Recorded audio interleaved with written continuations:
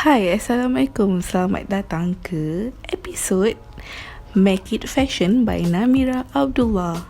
Jadi, jika anda peminat fashion dan tidak mampu untuk membeli fashion couture ataupun koleksi designer yang berharga beribu-ribu, pastikan anda stay tuned sampai video ni habis sebab saya akan ajar anda, tunjuk anda macam mana nak jahit baju dengan kos yang anda mampu.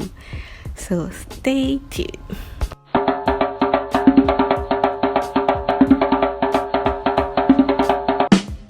Okay, step yang pertama, pastikan kain yang anda beli cukup. Beli extra kain tak apa, jangan kurang, alright?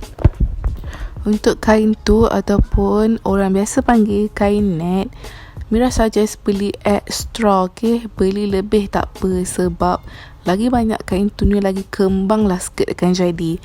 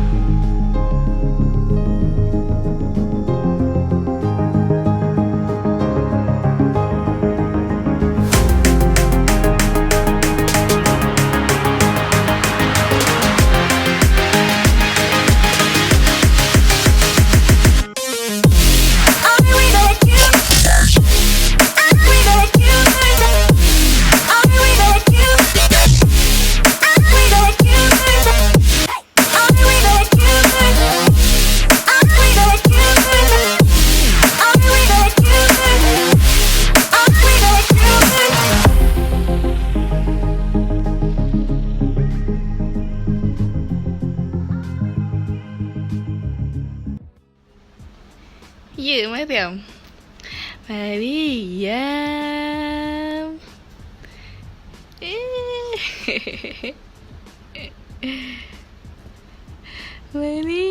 sayang. Maria sayang. Apa Mariam gebu? Saya.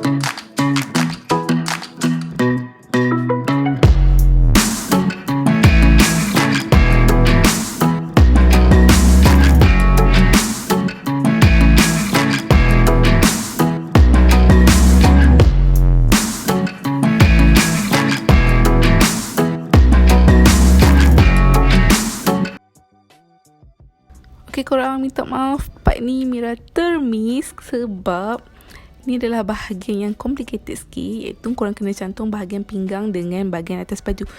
Dan dekat situ korang kena attach belt, iaitu pada bahagian luar dia. So tu nanti next video lah Mira buat, insyaAllah. Tapi kalau korang nak tahu macam mana result dia, stay tune, okay?